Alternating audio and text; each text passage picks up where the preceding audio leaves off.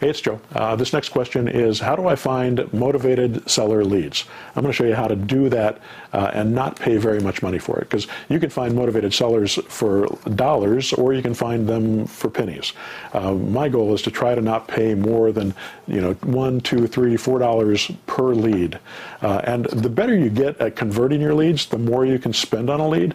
If you have a lead that costs you $75 and you can convert 1 in 5, that's not a bad cost per deal if you can put all those together. But if you don't really know what you're doing and you need to call 20 or 50 or 100 people first, if you need to call 100 people and you're paying $2 a lead for it, that's not a bad cost to get to that point. Now, it's going to be more legwork and more time for you to get there, but you can get there. And I find that the cheap leads are not necessarily any worse than the expensive leads. We've advertised on TV that those leads typically would cost us $75. We've done a ton of snail mail, and we'll pay anywhere from $10 to $20 per lead on average, depending on the lead source that we're going after, whether it's absentee owners or expireds or some other lead source that we're going after.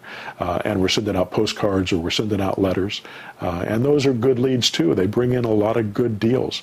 And then we also use the auto marketer, and that's the cheapest lead. You're going to get the most leads through that system for the least amount of money, where you're going to end up paying $1, $2, maybe up to $4 for leads like that.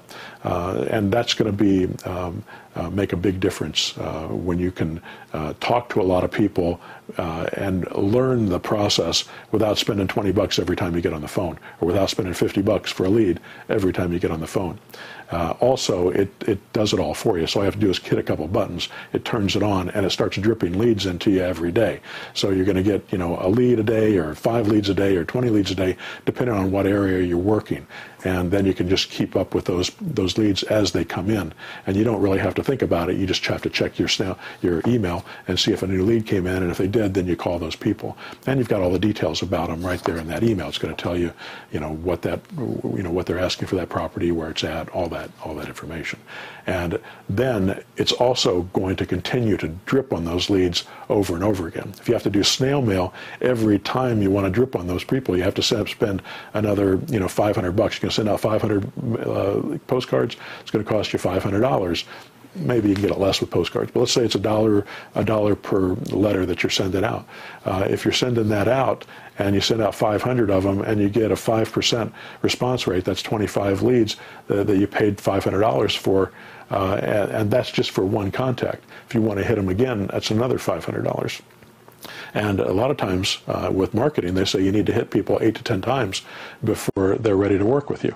Now, we don't find that to be the case, and you can turn a lot of those leads on the very first letter that you send out into deals if you know what you're doing.